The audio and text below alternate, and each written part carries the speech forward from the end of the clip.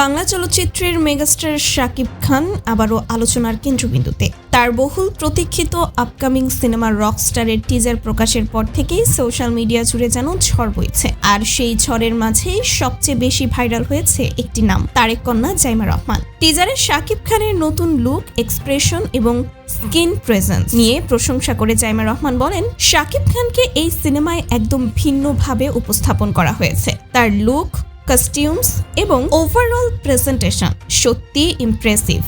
Now recognized with a skewed understanding of society living between Bangladesh and the UK.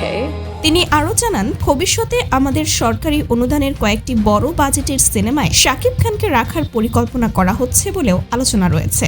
তার ভাষায়, বাংলাদেশের সিনেমাকে আন্তর্জাতিকভাবে তুলে ধরতে ক্যাপেবল এবং ভার্সেটাইল শিল্পীদের প্রয়োজন, আর সেই জায়গায় শাকিব খান অবশ্যই অন্যতম বড় নাম।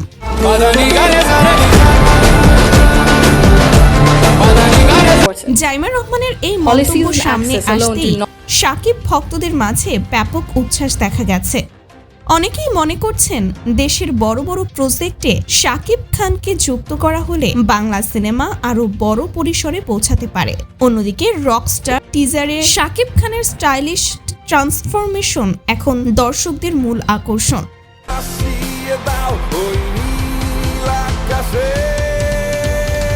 লম্বা চুল, ঘন দাড়ি, লেদার জ্যাকেট, ডার্ক সানগ্লাস এবং রকস্টার ভাইবের কস্টিউম, এগুলোতে তাকে দেখা গিয়েছে একেবারে নতুন এক অবতারে। বিশেষ করে তার গত কয়েক বছর ধরে রাফ অ্যান্ড টাফ লুকে দেখতে দেখতে দর্শক বোরিং হয়ে যাচ্ছিল।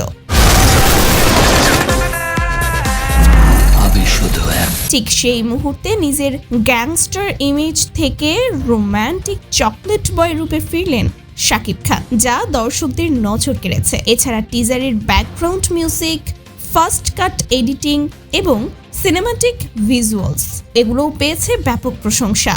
অনেকেই বলছেন, এটি হতে পারে শাকিব খানের ক্যারিয়ারের অন্যতম স্টাইলিশ এবং এক্সপেরিমেন্টাল প্রজেক্ট।